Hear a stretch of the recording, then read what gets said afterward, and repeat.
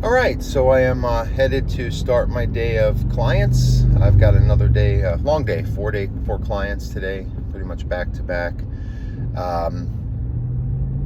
So I'm just sitting in traffic as usual. I always say Los Angeles isn't that big. I mean, there's ends of it that are pretty far away, but like generally the main part of it is not that large. I mean, like there's bigger cities geographically, but it's just so many people, and it's all car culture. There's, the mass transit here is terrible, so everyone's in their car, and it just any time of day you could be sitting in traffic.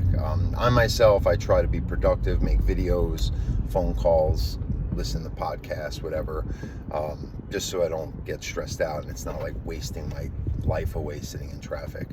Luckily for me, once I get to my job, that part of it's pretty fun, so I'm not like sitting in traffic to then sit in an office and do something that I for me personally, I don't think I can handle it. For some, maybe they're wired differently. So I've got a few clients today. Actually, 3 of the 4 of them are my second session, because last week we did our initial one and then they scheduled for a training program, so we're going to get kind of more into today. Usually the first session, it's a lot of information. I kind of explain, I guess I'll evaluate, kind of demonstrate. I'll handle the dog. I'll get a better read so I kind of know what the plan will be. Just so that the owners can take away a better understanding of why their dog's doing what they do, what we're going to start doing about it to get the issue resolved, or to get their dog to listen the way they need, and kind of what it looks like, and more specifics again, because I can get a set of eyes on it. Then the second lesson, and that's what today's going to be, is the owner's going to be doing a lot of the work.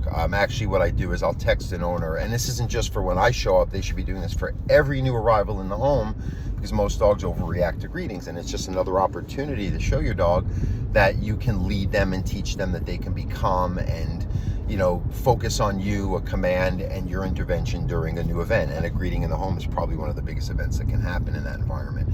So I text them, say I'm on my way, I'll be there in so and so minutes, 5-10 minutes in advance. Have your dog on leash, on the training collar, in their place, so they're calm, prepared, not as ready to go, so when they hear me arrive, they're not as impulsive and ready to startle, which is where a lot of that overload comes from, the overstimulated responses. And then either keep in their place if they can, or heel them to the door and make them sit before answering, so they have something to do instead of jumping or rushing, or again becoming overstimulated. Then we'll walk them back to the place, have them settle while we do our intake. And then in that second lesson, it's pretty much the owner's handling the dog, and I'll just do a quick demonstration or intervene if needed. But it is mostly training the owners. I can't avoid that fact. If it wasn't, I would take the dogs and train them myself. Dogs are smart. Dogs listen differently to different people. They do, even within the family, they'll listen to different members. So unfortunately, the person they don't listen to or act more of a certain way around, that's the person who has to, if you will, pull their weight around the dog and do the training, the bulk of it. So a lot of dogs treat their owners like a resource, and that's where these issues come from. And the resource, not only is it something they feel a high state of responsibility over when dealing with new scenarios together, but they have to keep track of you. That's where separation anxiety comes from.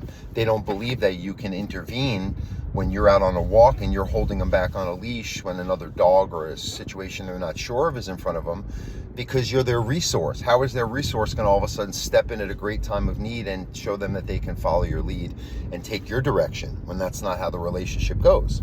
Hence why I always have clients implement the same level of structure and rules and commitment to commands and intentions when they're living with their dog initially, as they would when they have a more extreme greeting or an issue they'd have out and walk or in a public space. To dogs, it's all the same. They've got a black and white brain. They're not saying, well, it doesn't matter as much here, so I won't apply it. Really, you're not applying it. You're not making these commands very specific when we're home. You're not implementing a certain rule, or rules while we coexist together. There's no way I'm going to trust your intervention, direction, or command at this time. That's just how the dogs see it. There's no denying it. You can't bargain with nature. You can't recreate a reality that is what it is. It's just life. It's not our mind's eye telling us all of this nonsensical stuff that so many people now do, and then other people confirm it because they're afraid of the other person's reactions. That's not how the world works, and that's not how reality works. Certainly not how I exist. will get mad at me, but that's not my problem, because the reality is how nature inherently is, not how psychological phenomena of delusional people drives their own perceptions of life. I'm not playing that game.